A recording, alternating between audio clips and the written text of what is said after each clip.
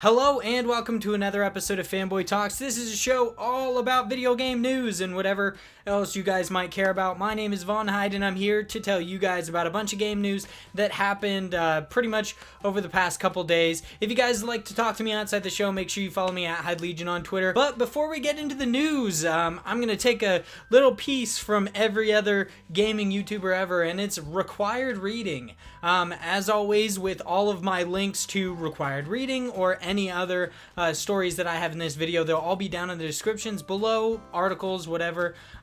You guys can click on those and check out these articles for all their glory. But the bit of required reading I want you guys to check out is over on Polygon. It's written by Colin Campbell. It is Bleszinski's Fall and the Perilous Fame game. I actually really enjoyed this. It's a good analysis overall of Cliff Bleszinski's life, but if we're being honest, I just got to take a sec to talk to Colin Campbell real quick, or I don't really want to call anybody out because as it comes to mind, it's possible that he did not write this specific, like entirely write this. It's possible that somebody else edited or added it, but I just want to give a sec and say, fuck you! Through the entirety of this analysis is basically just talking about Cliff Bleszinski and what he did throughout his career, which totally makes sense because it's literally an analysis of him.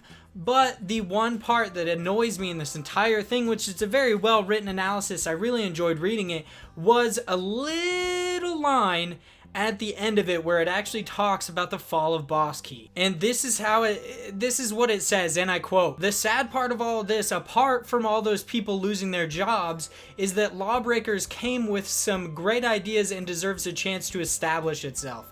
Are you fucking kidding me? The closure of a studio and the big tragedy is the fact that a game that they made fucking flopped? That's the tragedy? Like, you give a couple words to all the people that lost their jobs and but you dedicate an entire 2 to 3 paragraphs after this to talk about how amazing Lawbreakers was and suck its dick? Come on, dude. Are you serious? Have some fucking compassion for these people. They lost their jobs. I understand that in when I actually covered this story, the fall of Boss Key and the closure, I talked about like, oh, I hope they find work and everything. And recently while watching Kind of Funny Games Daily, they had somebody talk about, is it games journalists and games hobbyists, amateur journalists, whatever, like myself and others, is it our job to talk about to actually basically hold studios accountable for shit that like this that happens? And I believe yes, it is to a point. I think that the studio itself and its employees should hold each other accountable, but also yes, it is the job of people like me and other games journalists, amateur or otherwise, to talk about this stuff so people know. So just overall, fuck you, whoever wrote that line. Just have some fucking compassion. A shitload of people lost their jobs and they don't deserve to be a footnote in Cliff Bleszinski's story. They deserve to have their own story told, and it's I don't think this is at all their fault. It's just, oh my god. I talk about how empathy is sincerely, it's lacking in today's society, but this is just ridiculous to barely talk about it. Apart from people losing their jobs, fuck you. But on to our actual news stories of today and not my little tirade rant, whatever you guys would like to call it. This is a kind of a two-parter. You guys are going to have to check out 2 different articles if you want the full story on this. But the first of which is over on IGN. It is written by Sam Stewart and it is Paladins mobile game accidentally uses Overwatch art in advertisement. The big part of this is Paladins developer Hi-Rez Studios outsourced some art assets, some work. What they got back was not fully vetted because of some affiliation that they had with this artist beforehand, and it turns out it actually uses art from Overwatch. If you guys don't know, this is kind of a big deal because Paladins and Overwatch, other than a couple differences between Paladins gameplay and Overwatch's, is roughly the same fucking game. I talked about this a long time ago on a Fanboy Talks episode. It was like when we first started like a year ago. It's essentially the same game for the most part. It has the same like arenas and everything. A lot of the characters are the same. It's odd. The similarities are uncanny, and I'm surprised nobody's gotten sued. But here's where a big issue comes, is when they actually use the art assets. They took a city background from Overwatch and put it as the background for one of their new skins that they're using. This was used in the art for their Covert Ops Lex skin, and they actually, Kotaku reached out to them. This is the second article. They reached out to them and they said, "We are very disappointed that a contractor for our mobile hero shooter Paladins Strike made use of the artwork from another game in the splash art for our Covert Ops Lex skin." They said, "Unfortunately, as this piece came from what was previously a trusted outsourcer, it did not go through a full internal review cycle at Hi-Rez and made it public." So it sounds like they really trusted these people, and it turned out that they plagiarized somebody, which really sucks. But overall, the similarities between these two games are uncanny, and it's so surprising that it's taken this long for some shit to go down between these two. For our next article, we're once again over on IGN. This one written by Andrew Goldfarb. It is Pokemon Go adding Sun and Moon's Alola forms from Gen 1 Pokemon. So it looks like they, if you guys don't know, in Pokemon Sun and Moon, they took Gen 1 Pokemon and gave them Alola forms. Really weird shit like Raichu and Executor and Meowth, Diglett, all sorts of stuff got odd Hawaiian themed twists, like island themed twists, which is really cool. I actually really liked it. But it looks like Pokemon Go is taking those and putting them in. It doesn't seem like in this article, at least, it talks about how you're specifically going to get these Alola versions. I'm assuming you're going to catch them, but it seems really cool. I'm excited about it. I recently got back into Pokemon Go, so I'm interested to see what happens with these. I never played Pokemon Sun and Moon, but I do have a massive amount of nostalgia for Pokemon, just like everybody else my age. So I'm super stoked about this, and I'm interested to see what kind of fallout comes from their new Pokemon Go Fest that's coming up soon. For our next story, we're over on IGN, and this one written by Philip Mukin. So sorry if I pronounce your name wrong. And this is Resident Evil 7 cloud version announced for the Nintendo Switch. So if you didn't notice, yeah, that was a weird fucking title. A cloud version, meaning that not an actual, like, cartridge or full downloaded version is coming to the Nintendo Switch at this very moment. I didn't know that anybody was like super stoked about Resident Evil 7 coming to the Nintendo Switch, especially with the limitations that the hardware has, basically just in like resolution altogether. From what I understand, this game is beautiful, and I don't know how well the Switch would perform with it, or how it would perform on the Switch. So I'm interested to see how this goes, but it seems like at the moment it's only going to be in the Japanese eShop. You basically stream it via the cloud, and you could be able to play it just over your internet.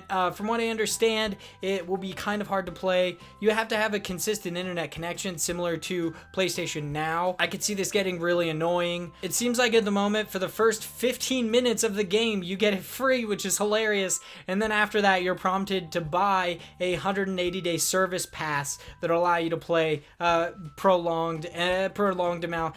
It seems like the pricing is going to be 2,000 yen, which is roughly translated to 1801 in US Skrilla, in that sweet, sweet currency, you know, whatever, the stuff that I don't make. And cool enough about this, your save files are actually going to be stored on the cloud instead of being on the console itself. So, woo! I guess, yeah, you still have to pay for it. So, I mean, that's kind of weird.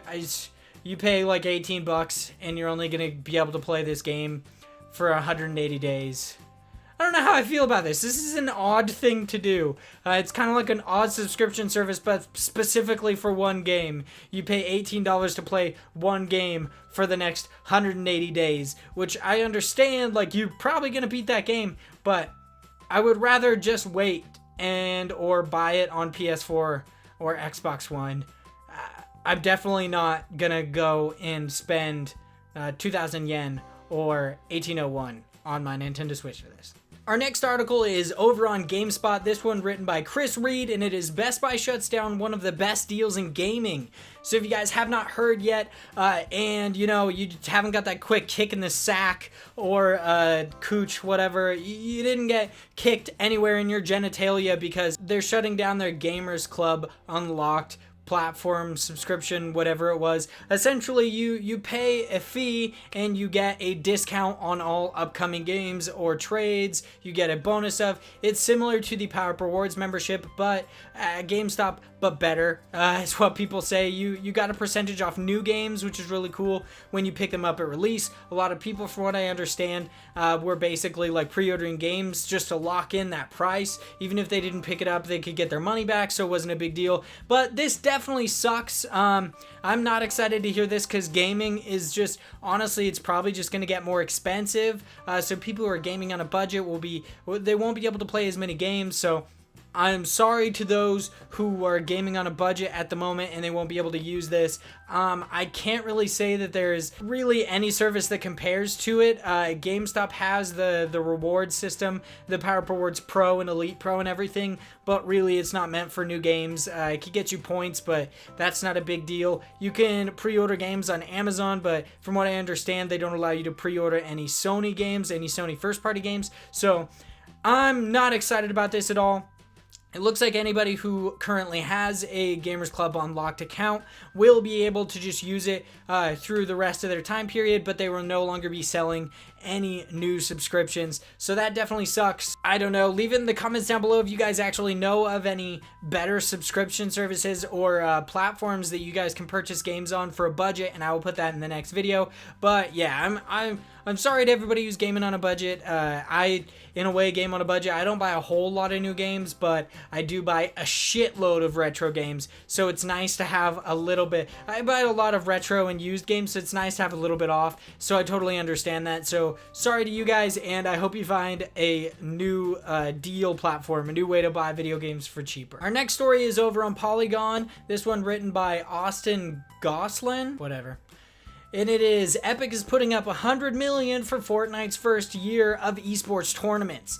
This is super exciting. Essentially, it's literally all in the title. They're putting up $100 million in prizes for this first year of tournaments. This is really exciting, especially because esports haven't really gotten into the mainstream as much as people thought they were going to. So I think this is really gonna launch it into like the stratosphere. This is gonna have some meteoric rise, and we're gonna see some cool shit going on in esports is what I hope to see from this, especially because people can win a dickload of money for playing Fortnite, and that's awesome that later on, I don't know, if I have children, they can be on like a college sports team for Fortnite or whatever, fucking Halo 12, Destiny 2.5, because yeah, let's be real, hopefully we're just adding on to Destiny 2 for right now and not making Destiny 3 and having whatever types of DLC. That was kind of a shot at Destiny 2 just because I've been kind of let down by it a lot, but I hope it gets better.